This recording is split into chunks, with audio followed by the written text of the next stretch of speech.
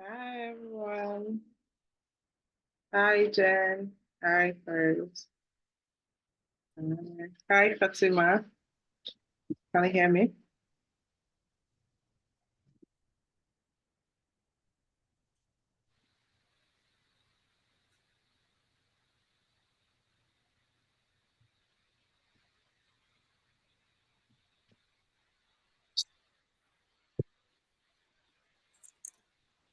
Okay. Good afternoon, everyone. Can you hear me? Yes. Okay, awesome. Welcome to the October DMI Working Group Community Office Hours. Thank you so much for joining, Fatima. Thank you so much for joining, Jen. We're supposed to have one extra speaker. I don't know if she'll be able to make it, but we'll go ahead and get started. Okay, so today we're talking about how to effectively pitch your ideas. So, and we have Jen here, we have Fatima. So we are going to be trying to address it from different angles, both technical and non-technical, for people that are not so technical to be able to also take on the advice and do something good with it. So before we get started, I would love a brief introduction. So I'll start with Jen. Hi, Jen. How are you doing today? Hello, how are you? I'm doing well. That's good to hear. Okay, so can you give us a little bit of intro about yourself so our audience get to know you? Yeah, so I'm Jennifer Went. I have been working in technology for about 11 years now. Started off in the technical writing space and worked in UX and product development. Um, like Fatima, I am in product innovation and I love to um, contribute in that way and add value in that way and help my users as well as my both internal and external users innovate on their products from the user experience side of things. Thank you so much. Hi, Fatima. Um, just give us a Hey. little bit of intro about you. Hi. Yeah. So I'm Fatma. I'm the CEO of Chrysalis Labs. We call ourselves a venture catalyst, essentially. So my background is innovation. Most previously, I was head of product innovation and strategy at a company called UKG, make HR software. So my job there was to future-proof the product portfolio in the 3 to 5 year time horizon. And we did that through acquisitions and through partnerships. And most recently, I've started Chrysalis Labs, and we'll hit our 1 year anniversary soon. We're at 9 months, which is crazy. But I've been helping startups for the last 9 months and for much longer, pitch their ideas, build out their product strategy, and then plan their M&A exits. Wow. So we have two awesome innovative leaders here today. So I believe we're going to have a very interesting conversation. So, and that brings me to my first question. So, when you want to pitch to an audience, you always have in mind that there will be different audiences and there will be people with different knowledge. It could be technical, it could be non-technical, especially relating to what you want to pitch or what you want to talk about. So I want to know, how can you tailor your pitch to different audiences, let's say technical versus non-technical stakeholders, to make sure that everybody understands what you're talking to or what you're talking about. So let me put it that way. So who wants to go first? We can start with Jen.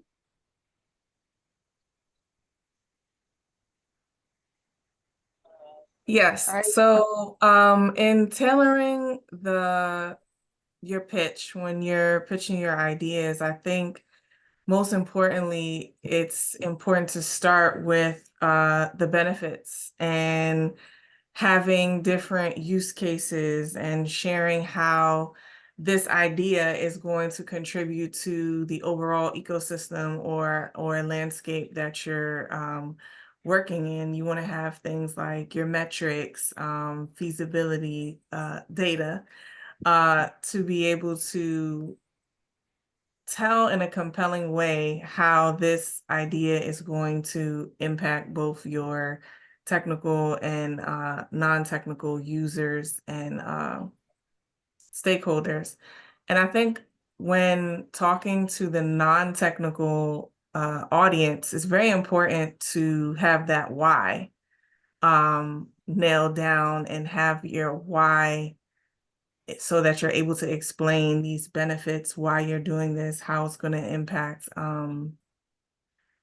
Yeah, and be able to speak in a way that resonates. I think it's helpful to use things like analogies to get that across, especially when dealing with the non-technical audience.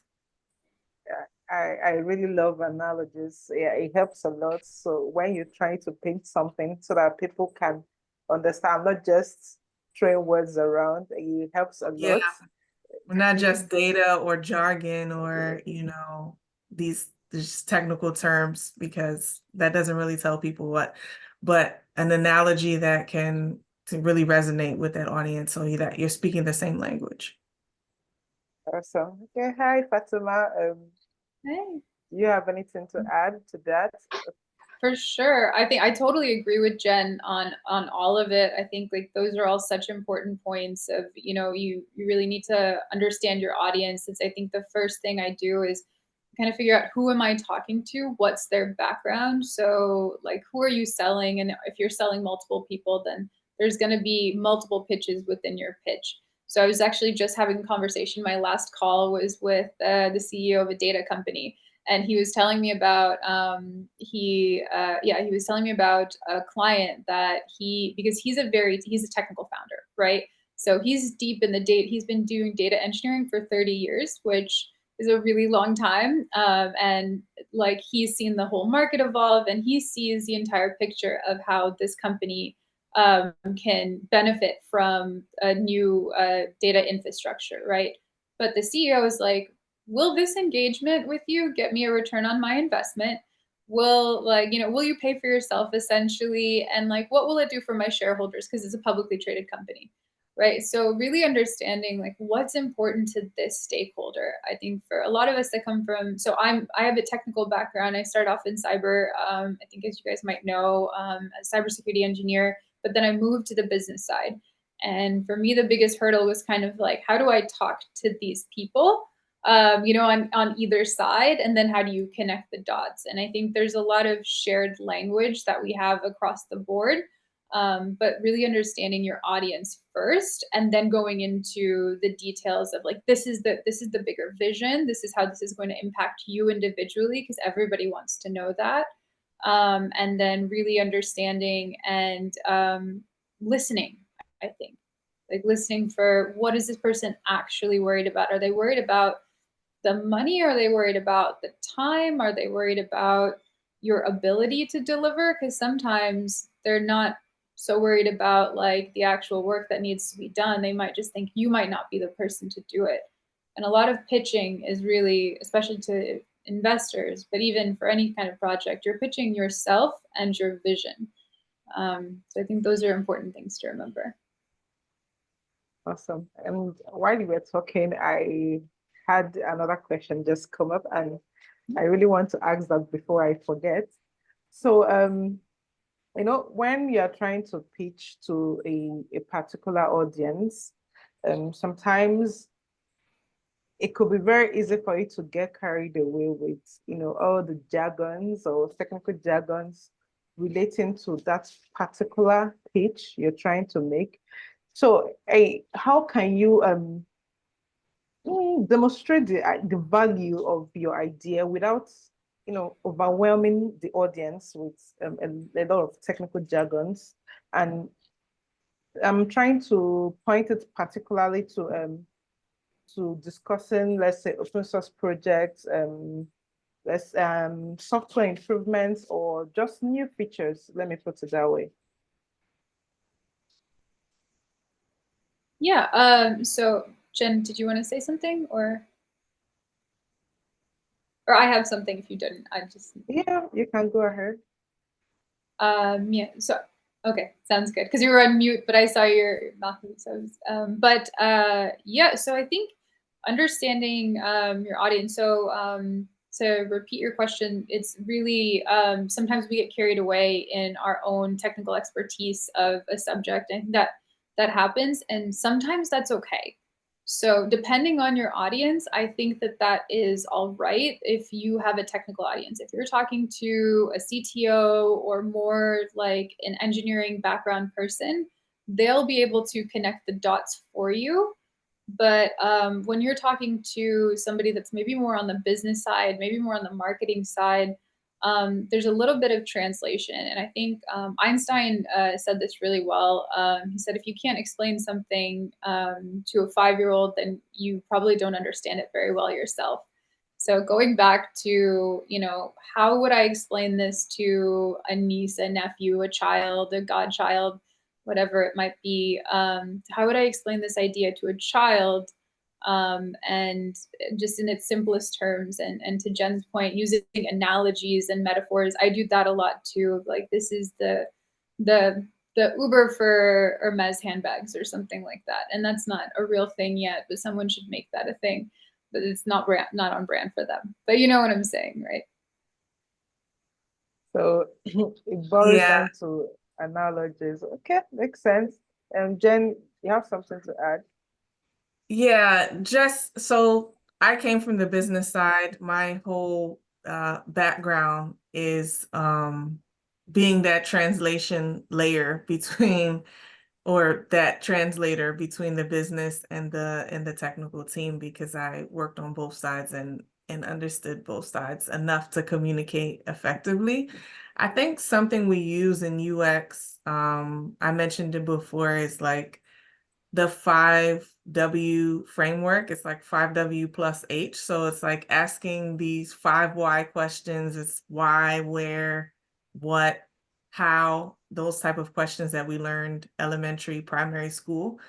But if you can't articulate using that framework yourself, then you won't be able to pitch it and when it comes to your audience. And so I think it's an exercise of kind of going through that storytelling yourself before you go to your pitch, so that you can clearly articulate what is a value in this for other people.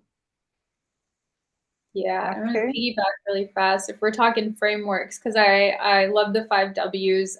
There's another one I learned more recently, and this is on market analysis. Which, if you're pitching an idea, it's good to know the market that you're pitching in. So understanding it's called STEEP. So like you steep your tea. It's social, technological, economical, environmental, and political environment. So what's happening in those 5 areas of the world, and how will they impact what's going on with you? So right now, we're in an election cycle year, right? So a lot of people don't want to make decisions on what they're going to do until the results come, right? So that's something to kind of keep in mind. Or, there's other things like environmental issues have been like more and more top of mind. There's more climate tech than ever. So just keeping those things in mind too, of like what's happening in the macro environments that these businesses, these people, that any stakeholder is operating in, is helpful to kind of level set with them. I love that. I'm Makes a lot writing of this sense. down, Steve, because I didn't know that one. So It's a good one. Yeah. Yeah, it is actually. So it means that you're not just pitching, you're actually putting a lot of things into consideration. Wow. Yes. So my next question is more inclusivity. And OpenSSF is is open source. And then a lot of our audience are open source contributors, maintainers. So I want to tailor this particular question as to the global open source community. So when you're trying to pitch for a particular project, how can you ensure your pitch is very inclusive and addresses a diverse set of people? Because I believe people that will be watching this will definitely come from different backgrounds, different countries, different regions. So we want them to learn how they can pitch with inclusivity in mind.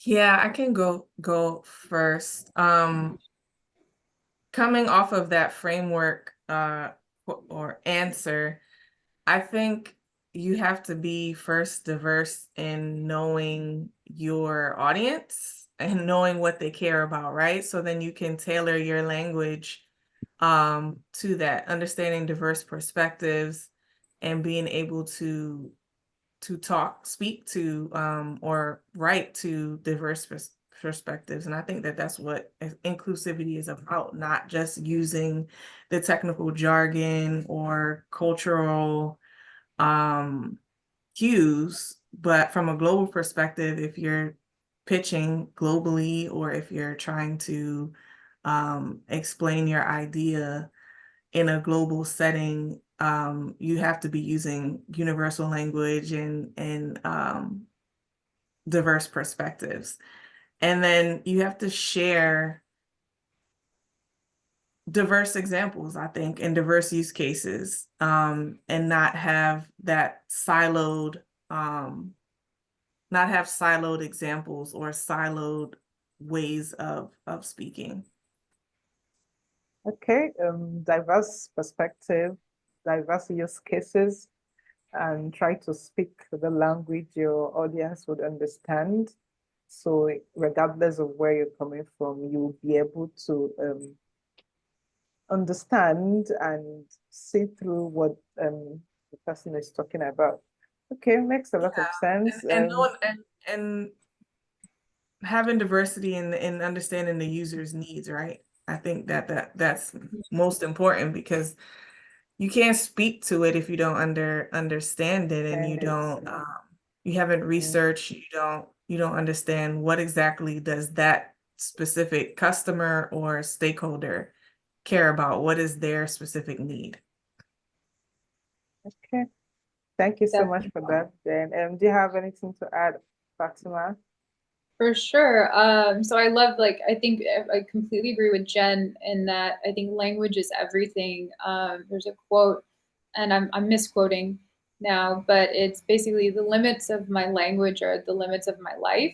And I think that, like, when we use certain language, it can limit who feels comfortable, like, even approaching an idea of like, oh, this is just for innovators. Like, I think, Jen, I'm sure you get this a lot too, of like, oh, you're an innovator. Like, I get that, where yeah, right, it's just, oh, your brain is just so different. It's like, no, I'm a person, we can have a conversation, um but one thing I think is kind of speaking to, like, piggybacking off the idea of like using universal language, is there's also like universal drivers and universal like motivators in human beings that we should be aware of.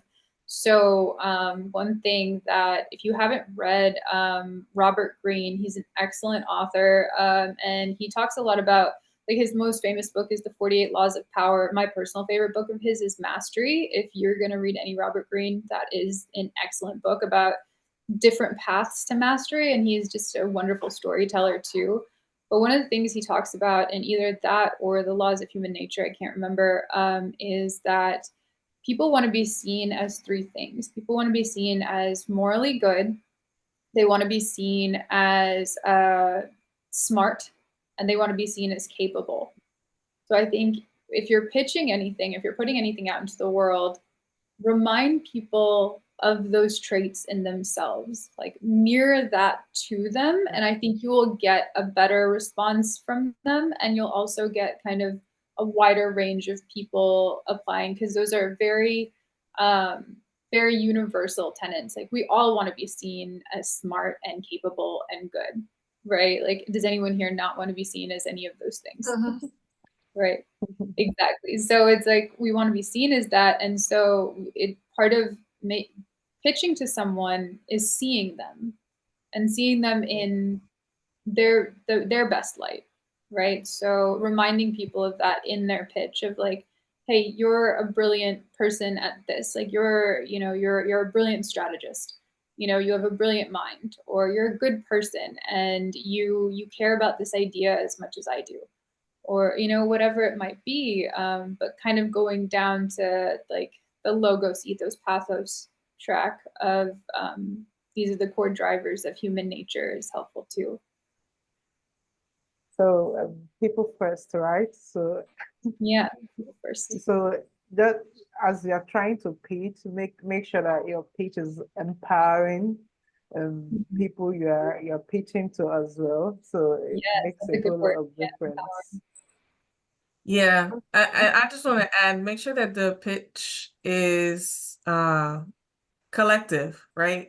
It's for the, I think what both people are saying right now is that it's empowering to the overall collective good, right? Or you're trying to impact people at scale. yeah. Um, And that's what open source is about, right? And that's why we work on open source projects, is because we want to help at scale, but you need the community, you need the collective. yes, yes, you need the community, very, very important. Okay, so what's an advice you would give someone that is pitching for the very first time? It could be for an open source project, it could be for improvements, or it could be just for anything. So just an advice you could give someone that is making their first pitch, and it would make all the difference. Anybody can go first. It's like I have some lessons learned from my first pitch. Like the first time I pitched was at South by Southwest in like 2018. So it was a huge deal for me and my co-founder. We were like really excited, and it's a big stage, and one of the things that like there was a few things, but one thing I would say first and foremost is practice. Like practice your butt off. Honestly, like the more reps you get in front of as many audiences, different audiences as possible, that will save you a lot of grief later. The other thing is do your research. I see so many people come in and pitch and they don't know the market landscape. They don't know what's happening in, the financial markets, or, what's happening politically or whatever it might be. But it can sometimes fall as like tone deaf. And if you're pitching to people about an idea you want to build during the holidays, right? Like that's a season where people don't maybe want to work as much, right? And they might, but also like doing the research and understanding like, okay, this is where I'm going to be at, and then getting the reps in and just practicing in front of different audiences so you can get different perspectives and taking in that feedback. Yeah, so just to summarize, do your research. I believe that's very, very important because you're not trying to pitch to people and you know that you've never pitched it before and you didn't do any research and you didn't even practice at all. So which means you are trying to prepare yourself for failure. Yes. Okay, Jen, do you have anything to add? Any advice you would give people like us that have never pitched it before? Yeah, I would say, adding on to that, I would say when you're doing the combination of those things, practicing, researching, I think it's so important. Thinking back to my first pitch, and I'm speaking in the professional or the work point of view, is empower yourself that you are the expert, right? And to remember that as you are going about your practicing, as you're talking to different audiences, because I think sometimes when you do get up on the stage or you do get in front of the C-suite or your community or whoever's your stakeholders, it's easy to kind kind of shrink or you know, you get nervous, you get fearful. So to remember that you're there, you have that opportunity to pitch that idea for a reason, and you are sharing that expertise, and you do have expertise to share, and you are the expert. You can add value in this space. And the other thing I would say is listening well as you are practicing with these different audiences. I think it's so important to listen for feedback, perspective, and then knowing what feedback to actually listen to and actually put into your own idea or pitch is very important. So learning how to perceive feedback and accept feedback and prioritize feedback, I think is super important. Okay, so the confidence, because if you lack confidence, it would greatly affect your pitch, even as a first timer. Even if you're not a first timer, if you're not confident about what you're talking about, how are you going to convince people that you actually know what you're talking Correct. about, right? And then feedback is very, very important as you're trying to improve your pitch. So what are people saying, or as you're practicing, let's say for instance, you're someone that is not very, very audible, or you're someone that uses a lot of filler words. So, and these are feedbacks that you could actually improve on, and it will help you, even not just for your pitch, but for every other aspect. So, feedback is great. Okay, so while I'm preparing to ask my next question, if you have any question, you can drop it on the chat. I see Prince is here, Vic is here. So if you have any questions for our speakers, do well to drop it on the chat and we'll take it up from there. And that brings me to my next question. This particular question is it's for you, Fatima, because you mentioned that you have a background in cybersecurity. So I want to know, how do you pitch security ideas to stakeholders who might actually prioritize new features and over security fixes in open source software? Because these are some of the things some projects struggle with. A lot of times people want new things, shiny things, and then there are other things already in the project that are struggling, that needs to be worked on, that needs to be fixed. But then someone is there proposing something else, one shiny project. I believe from your experience, from your background, you must have had situations like that. So I want to know how you handled that particular pitch. Yeah. I think this is sort of a universal problem in tech. Like, even if you're any type of software engineer, like, how do you manage like technical debt, right? Versus building of new features. The way that this is going to sound bad, but it's a small audience and I'm going to be honest.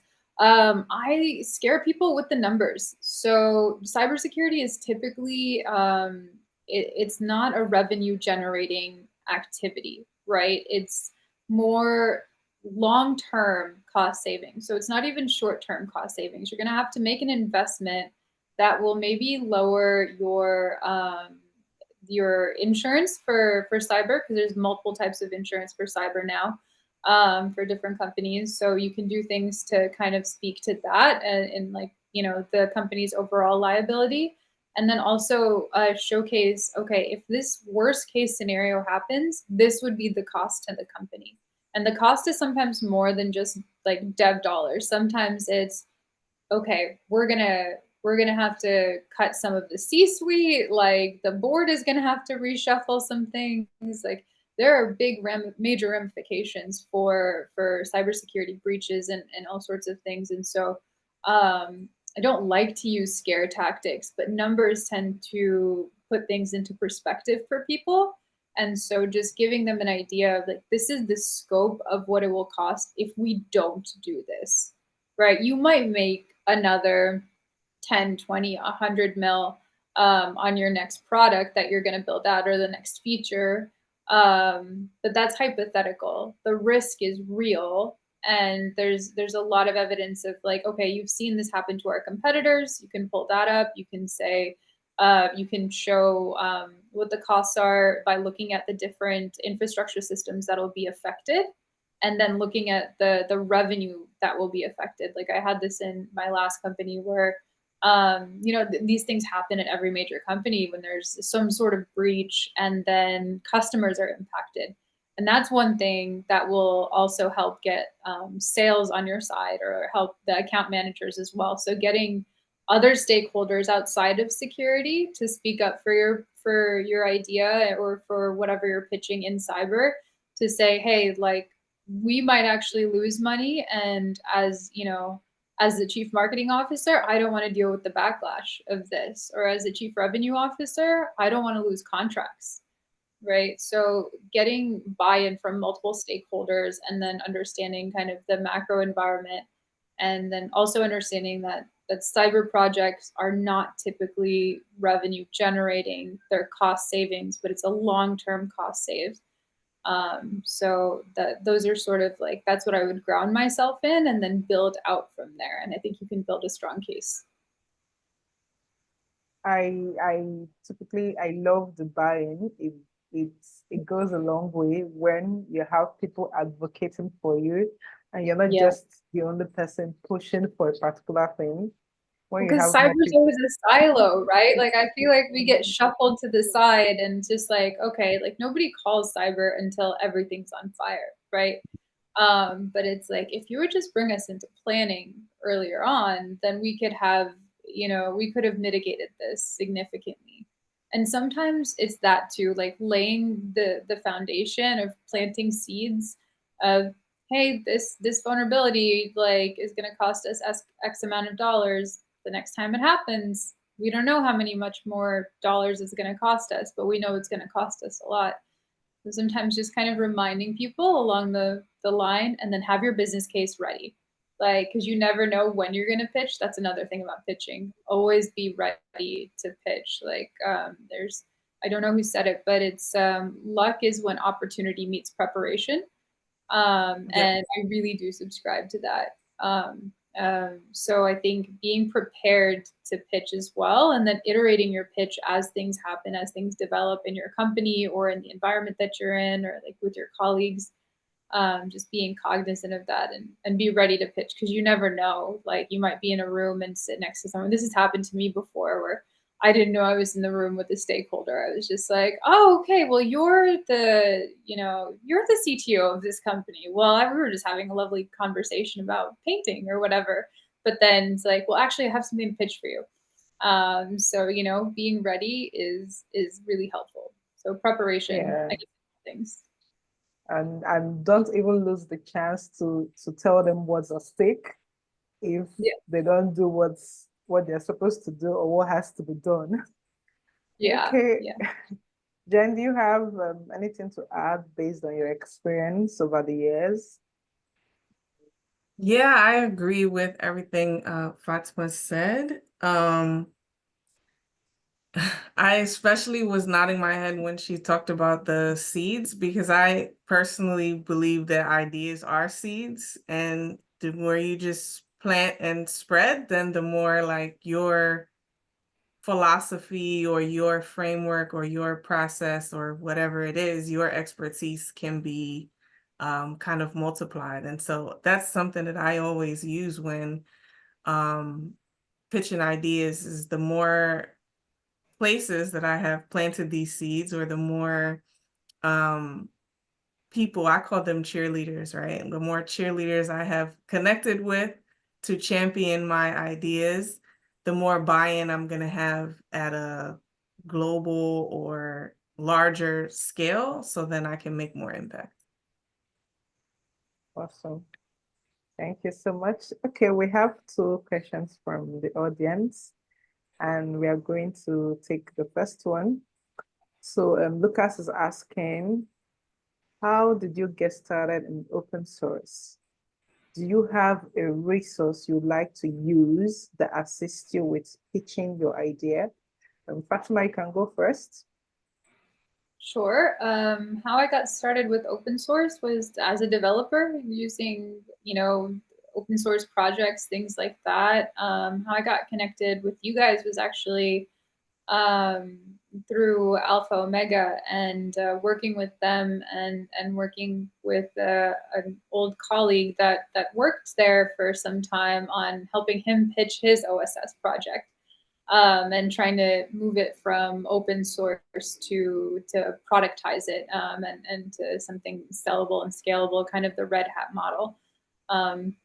So that's how I got started in open source so many years ago. And then I haven't touched code in a while. And then I had this technical co-founder that came from the OSS community, so I got tapped back in right now on the business side. So I've kind of been on both sides. And then a resource for pitching ideas, it depends on like what stage you're at, but there's a lot. Y Combinator has excellent videos and content and um, like a lot of really great resources for people starting out in pitching their ideas and things like that.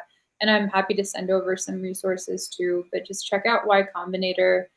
Even on YouTube, they have great videos on how to pitch your idea, how to speak to different audiences, and how to even vet your idea to see if it's something worth building. Even doing their application process, for some of my friends have been through Y Combinator. Going through the application in and of itself, even if you don't apply, can give you a lot of clarity around the vision of your project and give you for yourself a better understanding of what you're building, which will make you better at pitching the idea. Awesome. Thank you so much. Yeah. Okay, Jen. I can share some ideas. There's tons of books, Pitch Perfect, The Art of the Pitch. I would actually spend more time developing my storytelling for pitching. There's a book called The Brand Story. Let me see. Brand Story, I believe. I will get the name, but there's several books on famous storytelling frameworks. And then there's a card deck that I've used at work before called Storytelling Tactics. You can get it on. I've seen it. Yeah. It is storytelling tactics that it's like kind of like a card game almost, but like for you yourself, that you can use to practice your storytelling, because I think that truly is like the art of pitching, and that will help you to communicate your ideas and share your vision effectively. Yeah, because for a while now I've been trying to learn how to write with storytelling. I never thought about how it could apply to pitching, but that makes a lot of sense. I would start practicing that because I see myself learning more about that as well, and I believe our audiences would learn more from the resources you've shared. Okay, so for the next question we have, Vic said, I'm curious about what pitch to getting people engaged with the project was like. Like, pitch them, where did they funnel to? Did you get that, Fatima? So you're curious about how to get people engaged with your project, Vic? Is that and then like figuring out where to find the funnel, like your people, like the correct audience? Oh, post pitch. Okay. So I think post pitch, you're gonna hear feedback, right? Hopefully, like if it depends if you're pitching at an event, but the way to measure engagement is how many people are reaching out to you. So having a strong call to action at the end of your pitch too, of just like, this is how to reach out to us, this is what we're doing next, or subscribe here, whatever it is at the end of your pitch, of having that call to action of a next step is good. And that's where you start kind of like that lead generation of, okay, these are the people that are interested in what I'm doing. And then kind of I would sort of bucket them into different groups. So get an idea of what their background is, why they're interested in your pitch, and then create like kind of curated storytelling and like language for each of those audiences. Does that answer the question, Vic?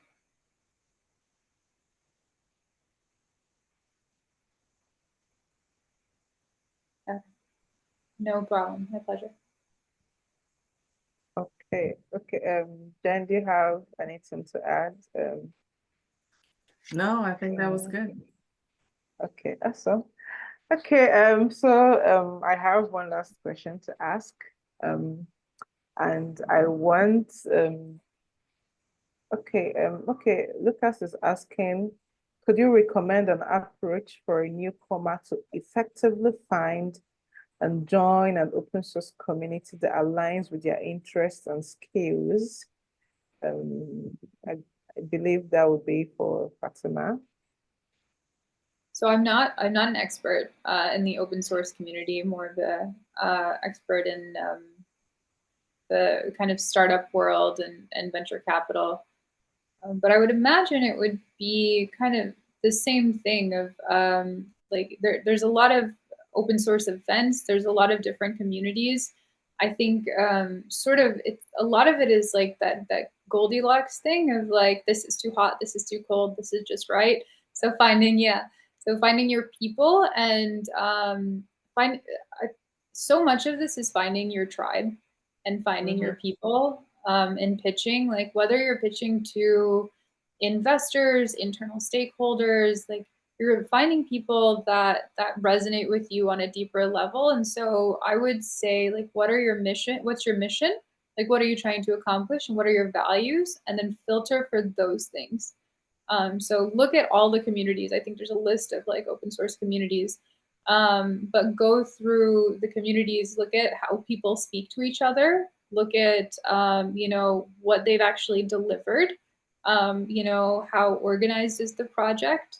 So almost like, a job interview kind of just like when you're looking at Glassdoor reviews, right? But instead of reviews, you're looking at, okay, what is their communication style, and how is information disseminated? Is it, because I think in a lot of open source projects, you have a lot of people working in silos. So you would probably want to be in a more collaborative environment where people are sharing, hey, I just did this. This is the latest update.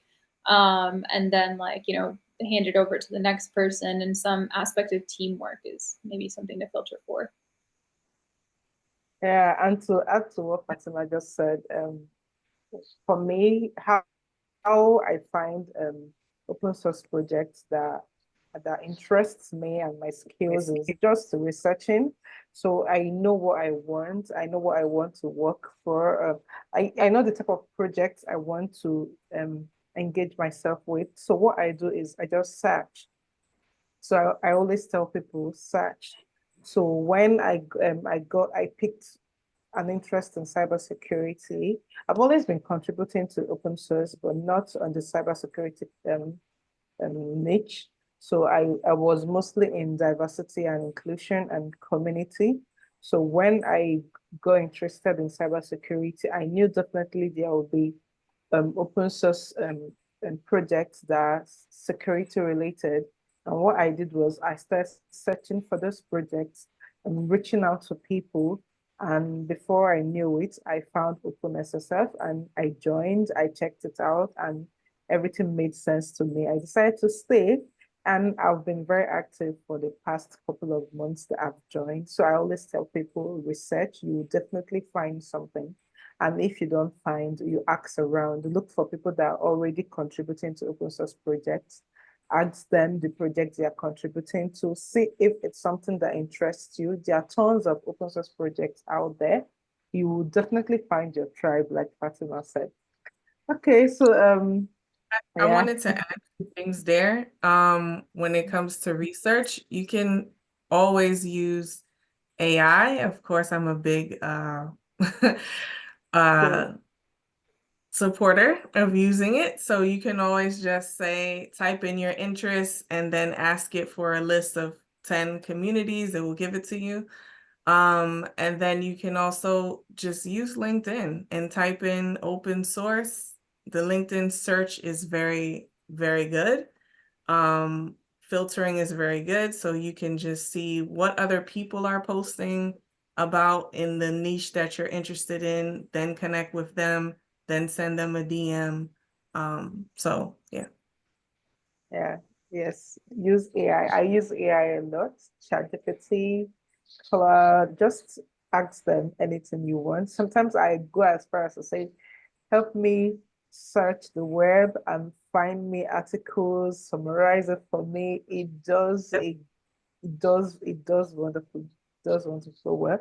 So I believe if someone is trying to look for an open source project they want to contribute to and they don't have the strength to search on Google and read tons of articles that are out there, you can easily use AI to help you do that. So it makes it easy and faster. So you know, it just helps you narrow down the research. Yeah. So you just okay, AI said okay, OpenSSF, okay, Cisco.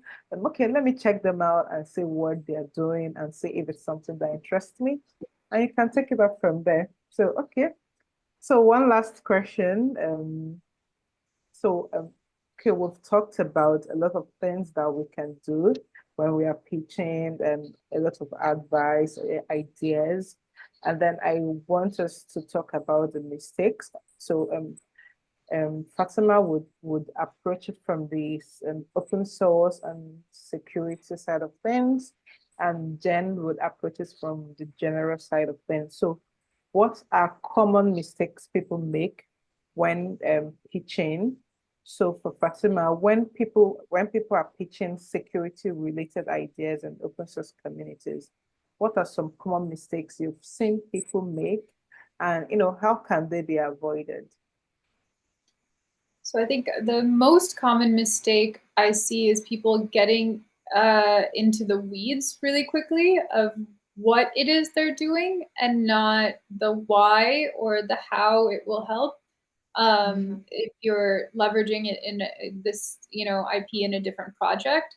So a lot of times I'll see people post about like, oh, I just built this new security tool and it's built on this tech stack and it does X, Y, and Z. But that doesn't really tell you, okay, like these are like this is how it will integrate with your existing tech stack. This is how it will support other open source or non-open source projects.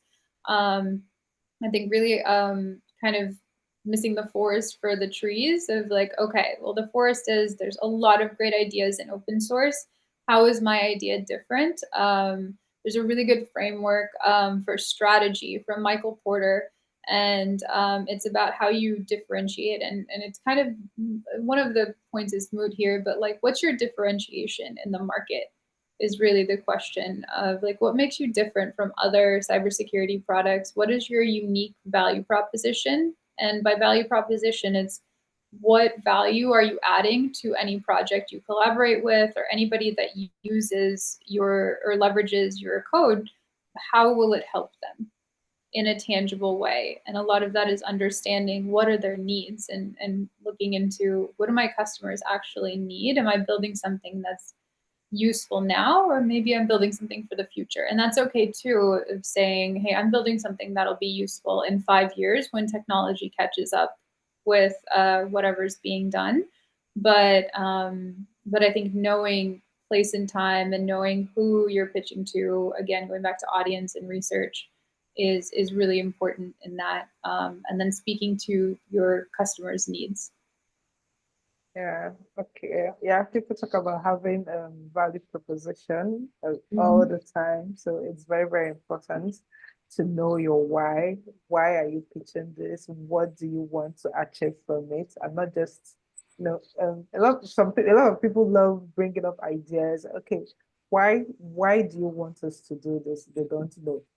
So I believe when you're bringing up ideas, you want to talk about something, you want something to be done. It makes a lot of sense when you also tell people why we need to do this and what is going to happen if we don't. So it helps with the convincing, it helps with the buy-in as well.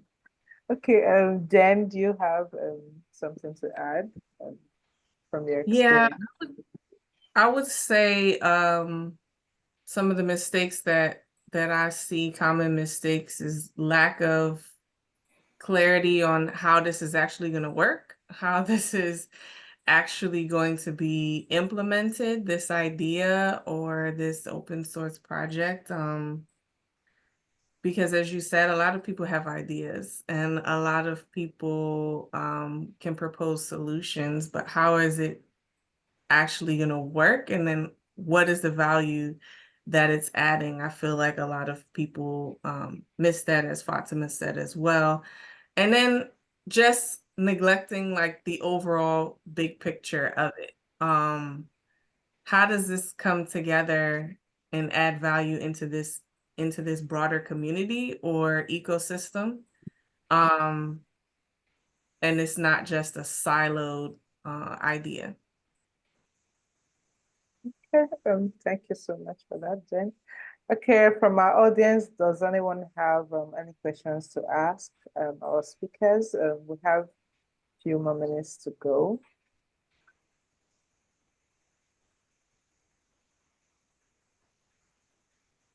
Yeah, you can drop it on the chat or you can unmute your mic and speak, whichever works. We just have, yeah. Okay, Lucas said he's good. Okay. Okay, thank you so much, Fatima. Thank you so much, Jen, for sharing your experiences and ideas, your insights, with all of us. I mean, I've learned so much on how to pitch. Okay, yeah, Vic is saying thank you. Oh, awesome. Awesome. Yes. So thank you so much, Jen. Thank you so much, Fatima. I believe every one of us here learned one or two things. For me personally, I learned to be able to understand my audience, do my research, and also put into consideration the feedback I will definitely get. So get buy-in as well, very, very important. Have, like call it supporters behind you that is urging you forward. So it helps, it makes a lot of, let's say it lightens the weight of trying to convince people to do something because pitching is all about convincing people. Let them see from your own point of view, from your perspective, and let them do what you want them to do.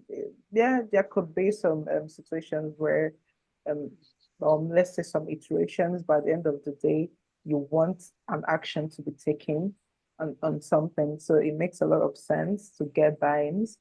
So thank you so much, everyone that attended. Thank you, Lucas, for all the insightful questions that you asked. Thank you, Vic. Thank you, Prince. Okay, thank you so much once again. So we are going to call it a day. Do have a great day, everyone. Bye. Bye. Thanks so much. All right, thank you for Bye. Bye. Bye, Jen. Bye, Fatima.